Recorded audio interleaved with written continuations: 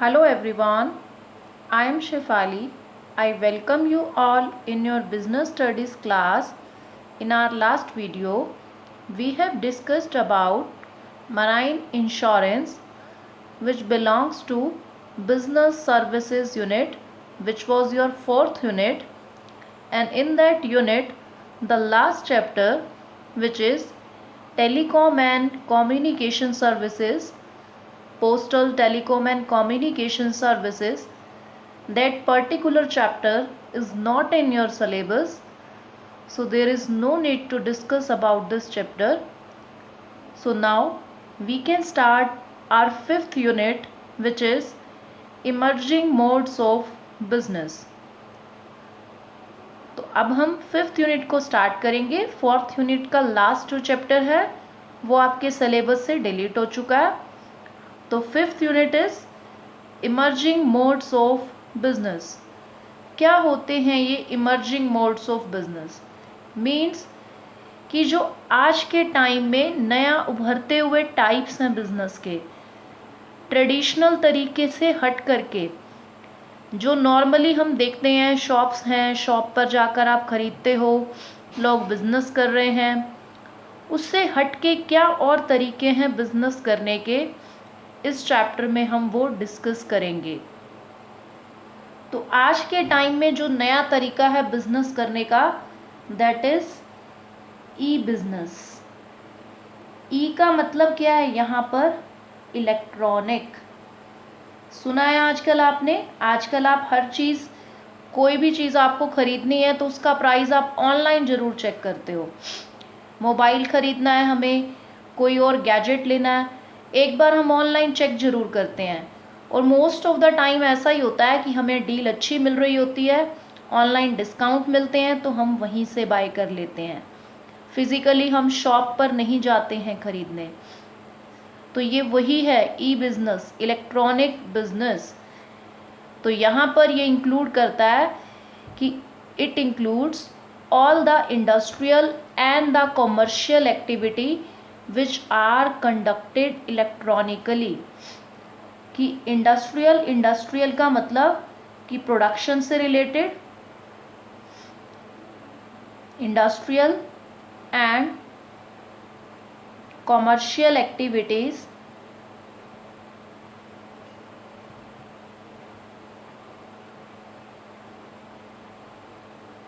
which are conducted electronically. कि जब हम इलेक्ट्रॉनिक मीडियम के थ्रू अपनी बिजनेस एक्टिविटीज़ को कंडक्ट करते हैं. इलेक्ट्रॉनिकली मतलब with the help of internet. कि जब हम हमारी कॉमर्शियल और इंडस्ट्रियल एक्टिविटीज़ को इलेक्ट्रॉनिकली कंडक्ट करते हैं with the help of internet, then वो बन जाता है ई बिज़नेस. तो यहाँ इंडस्ट्रियल एक्टिविटीज़ को भी आपको इंक्लूड करना है, यानी प्रोडक्शन वगैरह को, और कॉमर्शियल का मतलब है सेल परचेज को भी. तो ऑल टाइप ऑफ एक्टिविटीज़ को जब हम कंबाइन कर देते हैं तो वो बन जाता है ई बिज़नेस.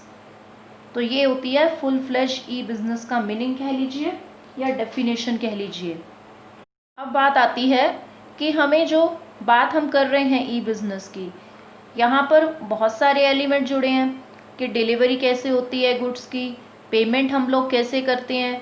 तो ये डिफरेंट टर्म्स हैं जो इसके साथ एसोसिएटेड हैं, इसके साथ जुड़ी हुई हैं. अगर मैं बात करूं डिलीवरी की, तो डिलीवरी हमारे पास टू टाइप्स की होती है. एक तो है कि फ़िज़िकल डिलीवरी, आपके घर पर जो है प्रोडक्ट जब आपको रिसीव होता है, वो तो है जब आपने ऑर्डर प्लेस किया, पहले आपने उस प्रोडक्ट की इंक्वायरी की, उसके बारे में इंफॉर्मेशन रीड की, ऑर्डर प्लेस कर दिया. उसके बाद अगर पेमेंट आप चाहते हैं तो आपने ऑन द स्पॉट पेमेंट कर दी, नहीं तो आप, जैसा कि आजकल हमारे पास कैश ऑन डिलीवरी की फैसिलिटी है, उस पर हम मंगाते हैं. तो वो तो पार्ट है फिज़िकल डिलीवरी का, कि आपको घर पर जो है वो प्रोडक्ट डिलीवर होगा. जो फिज़िकल गुड्स होती हैं, लाइक आपने जो है वो कुछ भी ख़रीदना है, फॉर एग्ज़ाम्पल ले लीजिए मोबाइल आपने जो है वो लेना है, उसके अलावा कुछ भी और ऑप्शन हो सकता है, वॉशिंग मशीन हो सकती है, रेफ्रिजरेटर हो सकता है, एनीथिंग, छोटे छोटे प्रोडक्ट से लेकर के बड़े से बड़ा कोई भी प्रोडक्ट। दूसरी होती है कि आपको जो है वो इलेक्ट्रॉनिक डिलीवरी मिल रही है। अब इलेक्ट्रॉनिकली कैसे डिलीवरी मिल सकती है? कुछ ऐसी चीज़ें होती हैं जिनकी आपको ऑन द स्पॉट ही डिलीवरी मिल जाती है। फॉर एग्जाम्पल आप कह सकते हो आपने कोई टिकट बुक की है, आपने फ़्लाइट के टिकट बुक किए हैं, या आजकल तो बसेस की टिकट भी बुक हो जाती हैं ऑनलाइन, तो उस टाइप में वो टिकट आपको मौके पर ही डिलीवर हो जाती हैं आपकी ईमेल आईडी पर। और भी हमारे पास अदर ऑप्शंस होते हैं, जैसे कि आपने कोई सॉफ्टवेयर ख़रीदा है तो सॉफ्टवेयर आपको उसका लिंक भेज दिया जाएगा, वो आपको डिलीवर हो जाते हैं। टिकट्स का एग्जाम्पल हम ले चुके हैं। उसके अलावा और क्या हो सकता है? हम जो आजकल परचेज सॉन्ग देखते हैं कि परचेज़ कर सकते हैं आप सॉन्ग्स को, उनके टेप्स वगैरह, जब कोई न्यू सॉन्ग रिलीज़ होते हैं, मूवीज़ को परचेज़ किया जाता है कि पेड फॉर्म में आप उन्हें देख सकते हैं। तो इस टाइप की ये वाली सारी चीज़ें आपको on the spot electronically deliver हो जाती हैं। तो ये होती है इलेक्ट्रॉनिक डिलीवरी। फिजिकल डिलीवरी कुछ दिनों बाद आपको घर पर डिलीवर होगी, electronic delivery on the spot आपको डिलीवर हो जाएगा। और दूसरी चीज़ है पेमेंट। तो पेमेंट आप अपने क्रेडिट कार्ड या डेबिट कार्ड दोनों से ही कर सकते हैं। ऑब्वियसली आपके पास ऑप्शन होता है। क्रेडिट कार्ड मीन्स कि आपके जो है वो बैंक अकाउंट में बैलेंस नहीं भी होगा, बैंक आपको कुछ टाइम के लिए क्रेडिट मतलब उधार दे देगा, तो आप उसको कुछ पर्टिकुलर डेज के बाद पे कर देंगे।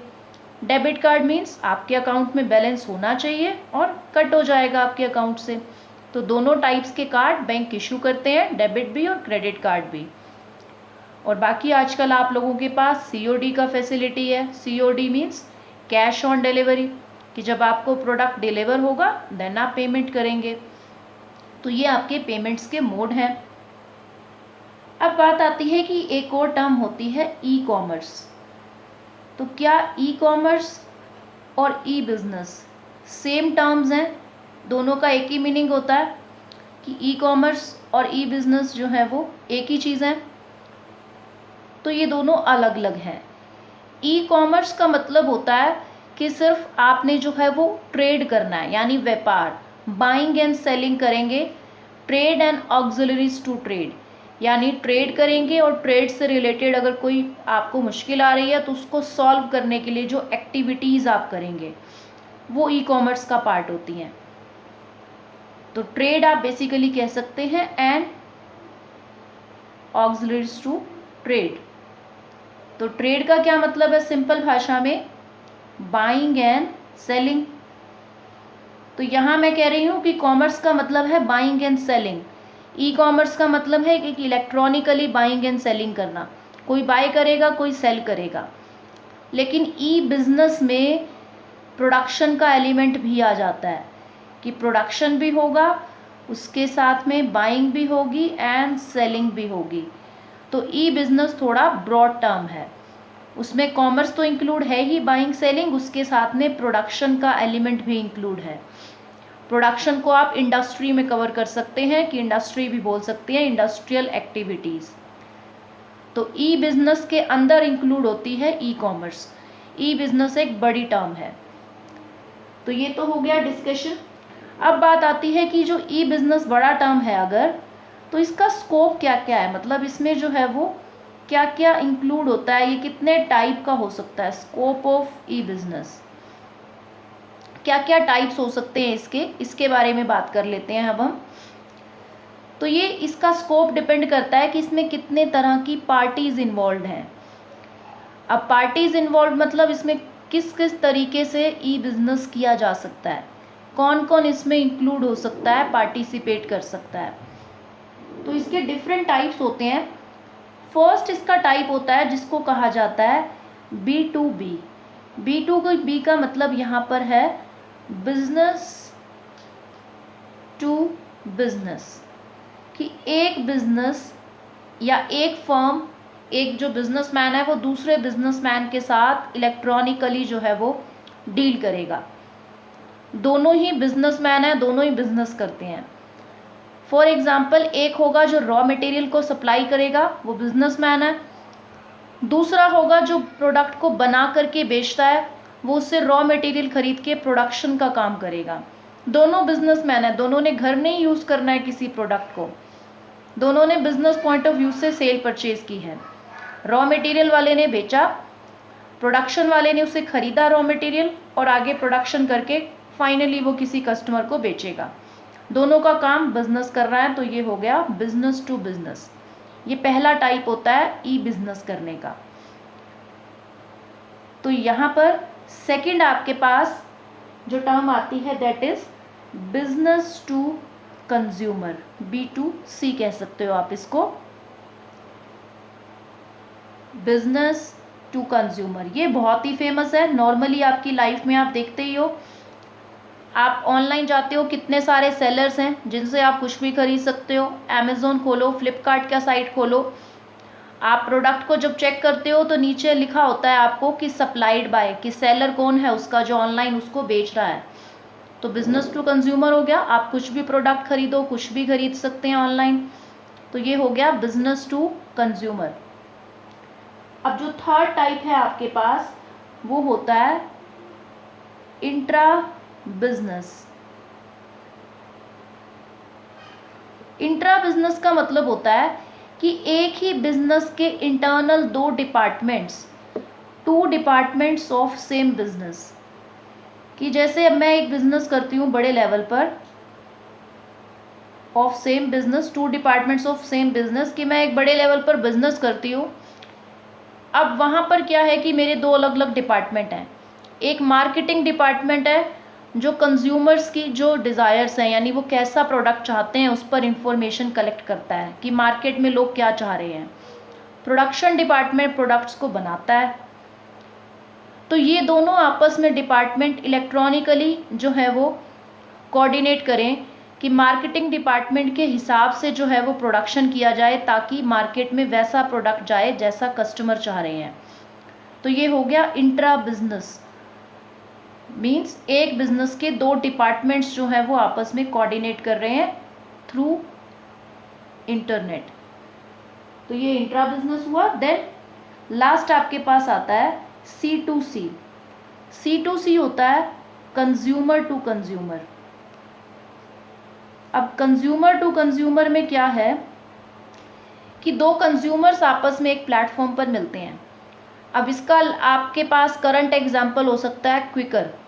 क्विकर पर आपने देखा है, या ईबे, यहाँ पर आपने देखा है कि कस्टमर्स जो खुद एक पर्सन है, वो एक नॉर्मल पर्सन है, वो उसके पास कोई पुराना प्रोडक्ट पड़ा है, कोई पुराना मोबाइल है, अलमीरा है, कुछ भी आपके घर का कोई भी सामान आपका पर्सनल भी, उसकी फ़ोटो खींच करके वो क्विकर पर डाल देते हैं।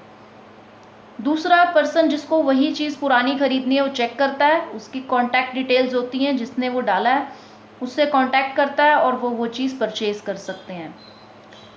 तो इसमें बीच में पेमेंट के लिए प्लेटफॉर्म मोस्टली जो है वो पेपल को बनाया जाता है। जैसे आपने पेटीएम सुना होगा, इस तरह से पेपल है प्लेटफॉर्म जिसके थ्रू वो पेमेंट एक दूसरे को ऑनलाइन भी भेज सकते हैं, और अगर वो पर्सनली मिलके पेमेंट कर रहे हैं तो वो भी कर सकते हैं।